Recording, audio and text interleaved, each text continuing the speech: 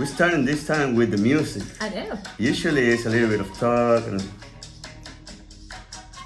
We're twinning again today. Welcome, Alison, to episode number 8. Ocho. Oh, you know Spanish I now. do. So how many numbers do you know in Spanish? I think I can go up to 20. You don't want to hear it though. 20? Yeah, I want to hear it. Go ahead. 1, 2, 3, 4, 5, 6, 7, 8, 9, 10. 10 y 1? No. 11. Uh-huh. 12. Yeah. 13. Más me crece. 14. Mm-hmm. 15. Sí. Then 16. Mm-hmm. 17. 18. 19. 20. Great. We just wasted 20 seconds of this podcast. We don't have a subject of what are we going to talk about today. So I've had so many people ask me, why did we start a podcast? Why did we start a podcast? We were bored. I think when the conversation first came up, I was having an open house on one of your listings. Correct. And you were like, we should start our own podcast. Do Well, you remember that? I remember because I've been thinking about it for a while. I know I listen to a lot of podcasts. Yeah. I really do. I listen to Joe Rogan. That's one of my favorites. I listen to a lot of baseball podcasts. And I try listening to real estate podcasts, but to be honest with you, they're kind of boring. They're very boring. I mean, maybe we haven't found the right ones. I'm not saying that every single real estate podcast out there is boring because I haven't heard them all. But the ones that I've heard, I can't really listen for more. Get into it. Yeah, I can get into it. And one of the things my son listens to this podcast. Hey, Damien, how you doing? And one of the things he likes the most is that when we don't speak about real estate. Oh, really? And I like, but you know that this is a real estate podcast. Well, it's really like all things real estate, like the area, things we love, things we enjoy, knowledge that we have that we want to share. And I think that we have a interesting contrast of your background with my background. Your accent with my accent. With your lack of accent. You really don't have a true Southern accent. You don't think so? I know. I know so. You have like a very neutral accent. That's not what a lot of clients tell me. What they say, that you're deep South? I was talking to them one day and I said, I'm from the Low Country, and they said, you don't say. Yeah, I can't keep fooling people around, telling them that I'm from Alabama. They don't buy that stuff anymore.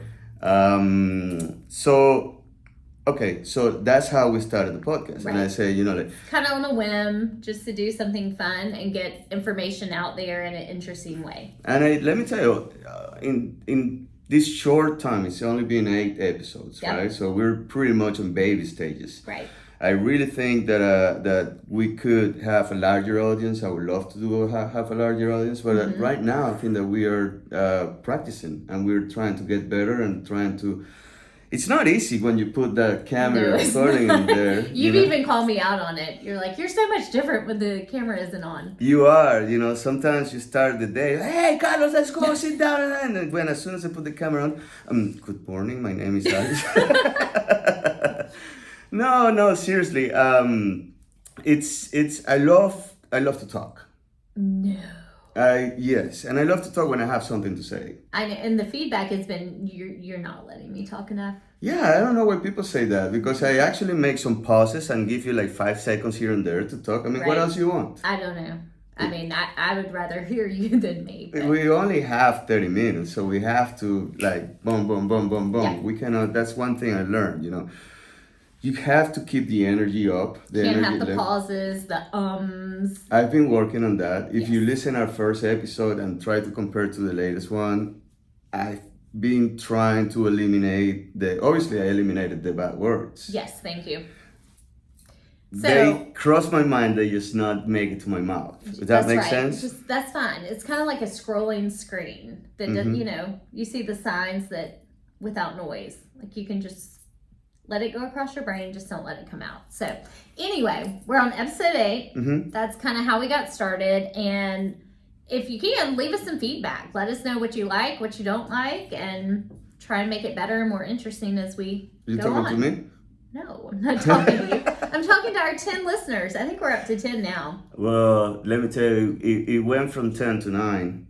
Did Somebody we lose just somebody? just disappeared and say, I don't want to probably waste your my mom. time. My mom is tired of listening to me. She is. Alison, when did you start real estate? Why? Why? I think that we heard the story of how, Yeah.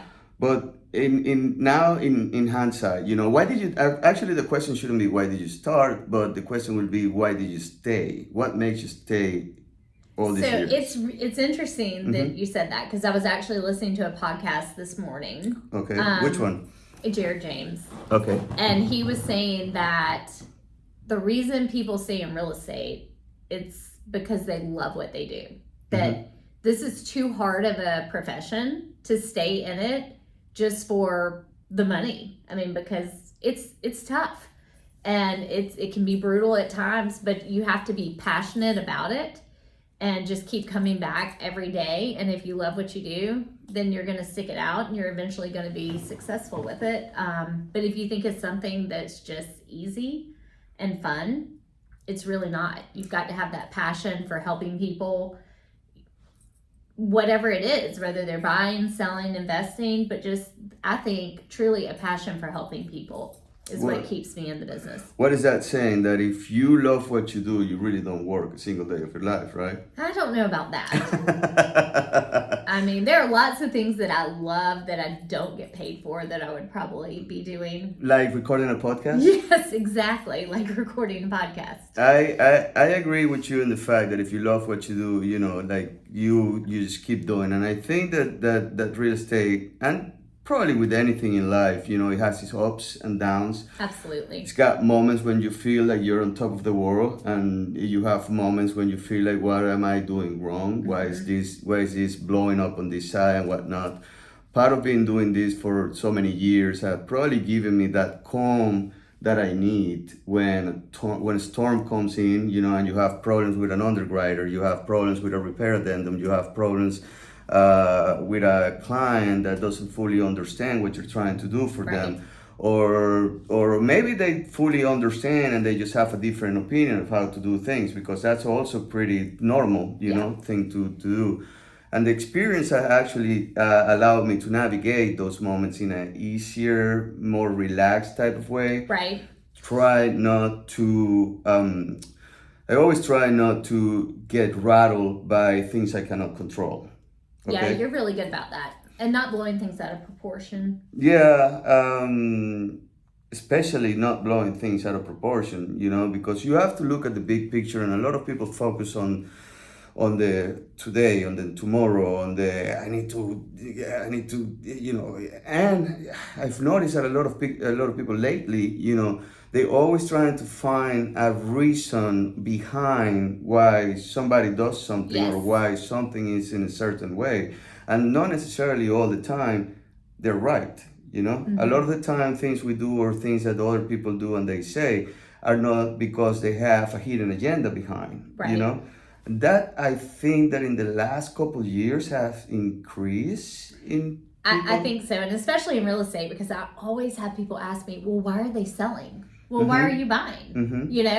Everybody has a reason, but it doesn't mean there's something wrong with the house or something wrong with the neighborhood, It's good to ask questions, It's not good when you make assumptions based on limited data in there. And sometimes I'm just too cut dry to people and say, either I don't know, or you shouldn't be thinking that way, or we shouldn't make that assumption. One thing I've learned is almost 10 years doing this is never assume anything. I guess that things have changed a little bit in the last 10 years. Been doing that. I think the biggest change has been the amount of information that people can have in their hands, and the amount of trust that people can have on what other people are saying. I think that trust has been decimated a little bit. In my opinion. and I don't know why. I cannot. I don't think that I can point out a specific reason of why trust, and not just trust on real estate agents or trust between real estate agents and clients.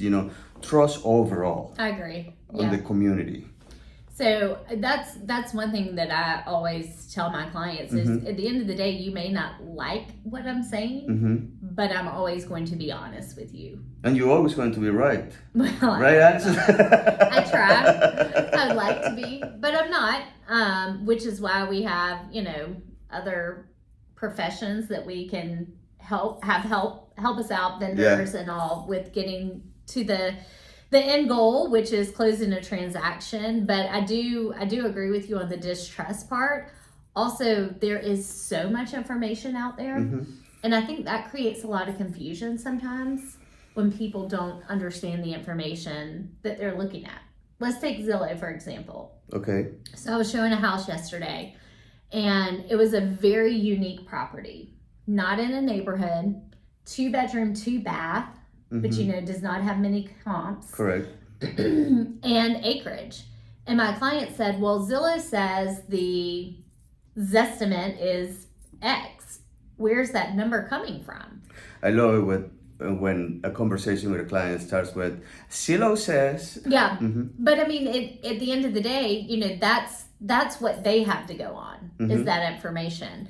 And when they don't, again, understand where that data is coming from or how it was computed, then it can cause a lot of confusion. That property I was showing has neighborhoods around it. Okay. So you and I know all they're doing is pulling a radius of data. They're not looking at, acreage, age, that type of thing. Well, to complement that idea, the way Zillow works is by algorithms. Obviously, they don't go to your house, they don't go inside, they don't see if you made an upgrade on the kitchen counters, they don't see if you make an upgrade on the flooring, they don't see and they make upgrades on your backyard, on your landscape. And so what they do is they base their price on strictly square footage.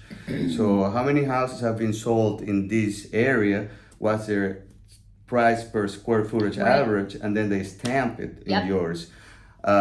Sometimes which can be very accurate if you're in a neighborhood with 200 homes. That is correct, that they all look and feel the same. Exactly. And maybe a little bit of an upgrade on the countertop is not really going to matter a lot on the final price, but that's going to give you a good range. So in those cases, it's good. On I wouldn't say cookie cutters, but when unconventional, that's a word, houses, that's where they crash badly. So you were saying that you were showing this house. Yeah. And again, like you said, the influx of information people have, but I think sometimes information is dangerous when you don't understand it. And it creates a lot of confusion, and then we have to come behind and correct that confusion. How do you correct that confusion? Try to help people understand. But if they don't understand? Well, then we're up the creek, I guess. No, I hear. Tell me a story about crazy thing you've seen while showing houses. We talked about one where there was a person in there. Yes, we talked about that earlier. What have you found in houses? And I know that we actually didn't prepare for this question, so I know I'm probably gonna get you out of your comfort zone. I have a whole photo album. This is terrible, on my phone of crazy things that I've seen in houses. You have? Yes. On your phone? Let me see one. Pull it up. I want to see, and then we describe what we see. So let's see. Have you found drugs? I have not found drugs. No. Never? Never. Man. Have you? Yeah. Really? I have. Yeah, I found weed stashes. Are you going through people's drawers, or are they leaving this stuff out? No, they just leave it in there. I do open the kitchen cabinets. I open the kitchen drawers, and that's mostly where I found them. But where is it? Let me see. All right, let's talk about this one. All right, so that's the head of a mannequin. I'm gonna put it for people that are watching YouTube, right there, somewhere around those lines. Okay, so that's a head of a mannequin. Mannequin. Mannequin. That scared the crap out of me one day. with let me just describe what I'm seeing here for people that are not watching. So that's the head of a mannequin with a Wig. wig, yes, Yes. that looks like Elvis Presley It does. It back does. in the 60s. So I was previewing this house, which means I was alone in the house, Mhm. which is always can be a bit unnerving. Mhm. And this was like pre-video days, before there were cameras everywhere. And this was in the master closet. So I walk in, I flip on the light, and I turn, and that is staring at me. And it's a good thing there were no cameras in there because I probably took off running. Yeah. Yeah. You got scared. I did. I thought somebody was standing in there. It startles you. I got scared once. I was with clients and we came into the house. This is probably the most scary I've been in showing a house, because we walk into the house and I open the house and I come in first. As soon as I walk in and I get in the kitchen, I have this dog with this crazy look on his face. Like, I think that he thought I was a cat or something. Was it a big dog? It was, I want to say it was a medium-sized dog. It wasn't like one huge, large. Yeah. So those medium-sized are the ones that They're are probably yeah. scared the most. It had this pit bull thing on it. So I walk in and I look at him. He looks at me and he starts rolling. Like, I'd rather a dog if I'm close to a dog that I don't know. I'd rather him barking loud. Those are the best ones, because you know that you can just like, he was doing. It was a low growl. It's like, I'm not backing up. Yeah. I'm like, okay, well, yes, I am. Don't worry over there, Mr. Doggy. You stay right where you are. So I'm back pedaling, and the guy, and it was a friend of mine. We were looking at houses together, and he's behind me, and he's like, oh shit, oh man, what are we gonna do? You know what we're gonna do? We're gonna leave. But be quiet. So we're backing up. Luckily, the dog didn't move. The dog was just standing his ground. Yeah. But he wasn't getting closer to us. And it actually allowed us to get out of the house, close the door, and of course, I'm calling the leasing agent and say, there is a big black dog in there in the kitchen. Did the agent remark say friendly dog? No. No, I don't recall what the agent remarked, but it was a mistake. That dog should not have been there. I guess that somehow it escaped the crate that he had or something like that. But, okay, so you have another picture? Yeah, I do. Oh my God. What in the world? Okay, so I'm going to show this one. Fox. So a stuffed fox. It's like but it's like laid out over an ottoman, I guess. It's on an ottoman, it's and in front of the fireplace.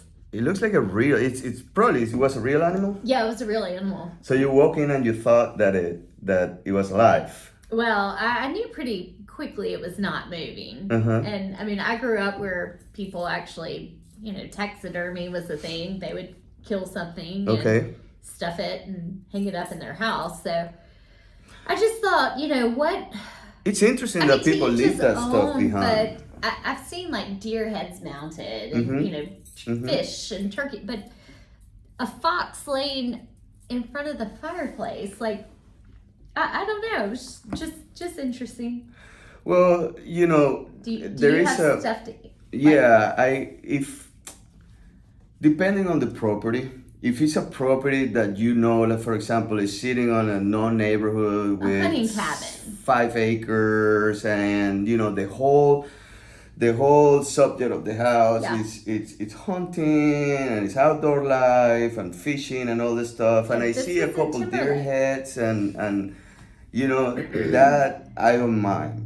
I tell it goes my with the clients, property. Exactly. Right. So most likely somebody that is going to buy this property is going to have the same mindset and same interest and the same hobbies, And if they're not, you're living in 5-6 acres. I mean, at least you're aware that that's pretty much what people that live in 5-6 acres they love to. They love the outdoors and they love hunting and they love fishing. In the majority, you don't generalize, but yeah, walk into houses in the middle of the neighborhood, and you walk in, and it looks like. Do you remember that movie Ace Ventura?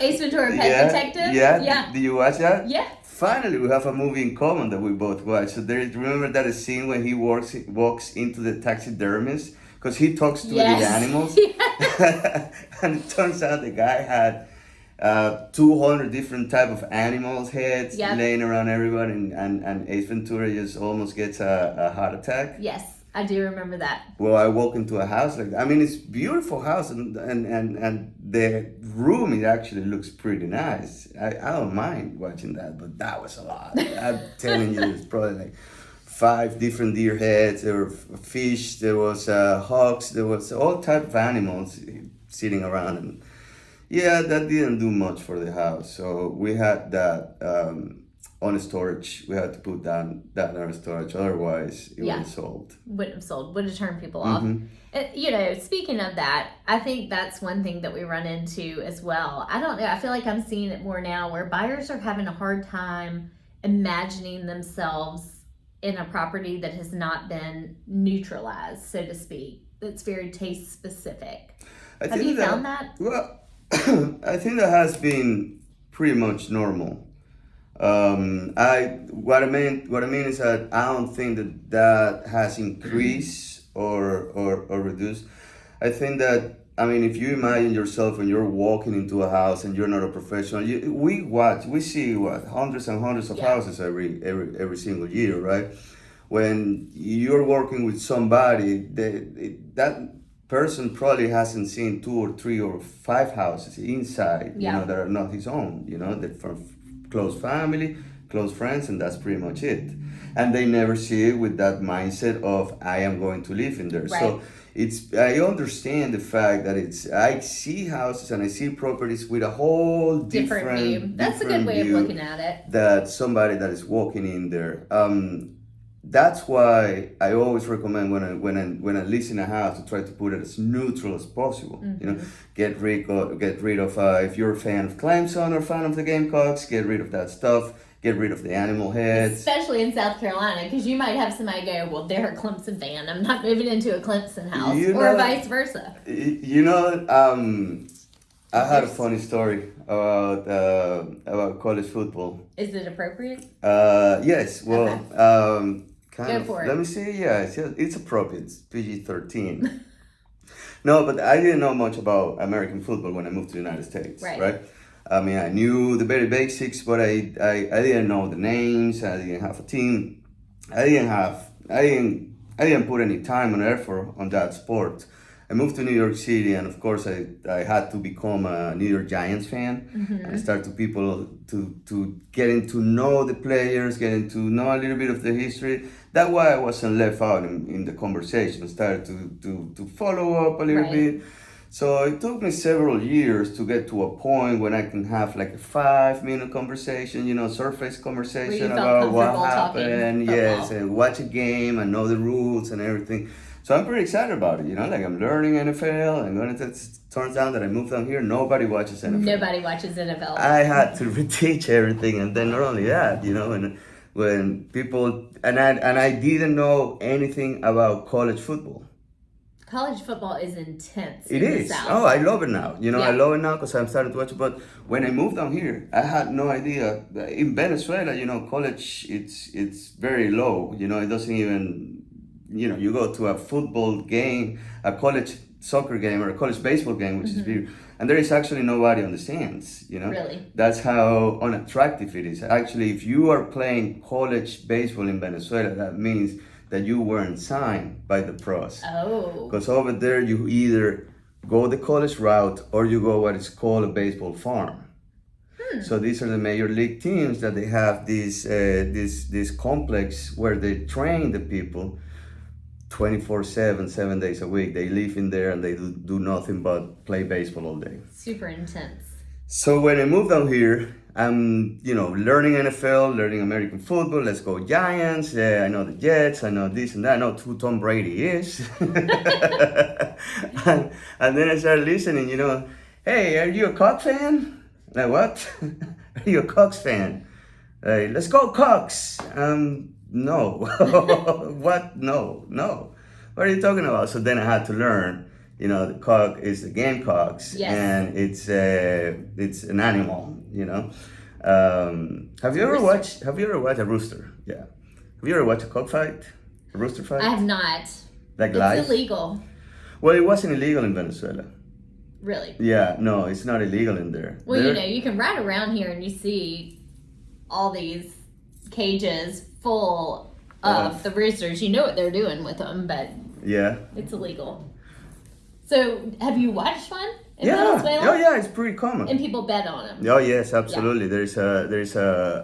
And they're very passionate. I mean, it's more than just the money, because the money is not gonna it's not gonna break you, or I mean, you never go in there and bet But they fight your these house with a cock. animals to the death, right? Well, once a rooster, let's call it rooster, right? I don't want to get confused in my head. Once a rooster, it's been caught, or that means that he's not a good fighter. So you always, like, people, they always have trying to get the best fighter, trying to get the one that beats everything, So if it might not be dead, but it might be very badly injured, Right. What I learned is that they think that once they learn, how bad it can be, then they'd be afraid of fighting. I don't know. I wasn't too involved in that world. I saw a couple fights, maybe 10, 15 fights, and they're just fun. I mean, I know that a lot of people think that they're inhumane, but same is with the bulls, bullfighting. Yeah. Have you seen a bullfighting? I mean, just on TV. Not Are in they person. illegal too here? I don't think so, I don't- right? Do they fight bulls here? I don't know. No We're gonna idea. have to Google that. We're gonna have to Google that. Now that I think about it, I don't think I've ever seen a bullfight I here don't in think it. there are bullfights in the U.S. No. The bullfighters. Yeah, I know not, what not you're about. Okay, not two bulls against each other. Oh. It's the matador. Oh. With a bullfighter. Where they hold up the red cape. The red cape Yes, and yeah, the okay. knives, and then they kill the bull. Now they do kill the bull. That's terrible. Do you eat burgers? Well, You know that ribeye that you had last yeah, night? maybe That didn't so. grow. This is true. That was an animal that died. Yeah. I know that bullfighting has been eliminated from different countries. It was really big in Spain, right? Oh yeah, and in Venezuela it was huge too. And I understand the fact that the bull really have to go through a lot of suffering before finally getting killed. Actually getting killed is probably the best thing that can happen to the bull, to getting into that point, because it gets hit with. The sword.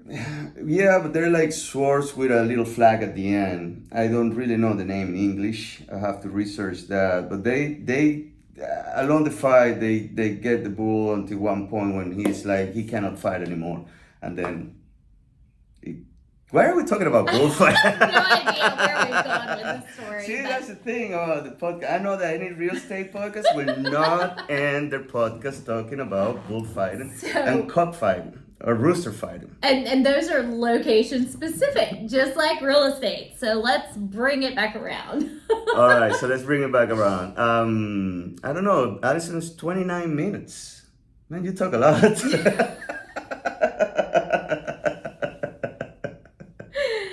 All from a stuffed fox. I think that's how we got started on that. Yeah, so let's wrap it up. So what were we talking about? Weird things that we see when Weird showing houses. things that we Yes. see, yeah. I'm pretty sure that we'll see some more weird things in the future. But for now, we keep it simple. That's all we have. Thank you so much for listening.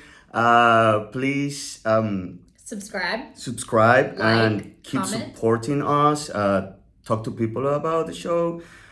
We really want to grow this audience. We really want to talk to as many people as possible. Yes. I believe that we have information out there that is important for people to know. I mean, probably not bullfighting, but Why not? we are I can tell you, we're probably the very first real estate podcast that dedicated the last 5 minutes of the show to bullfighting and cockfighting. I can guarantee you that. Probably so. That's what makes us different than the rest. And 30 minutes on the nose. That's right. Thank you for listening. Talk to you next week. Ciao.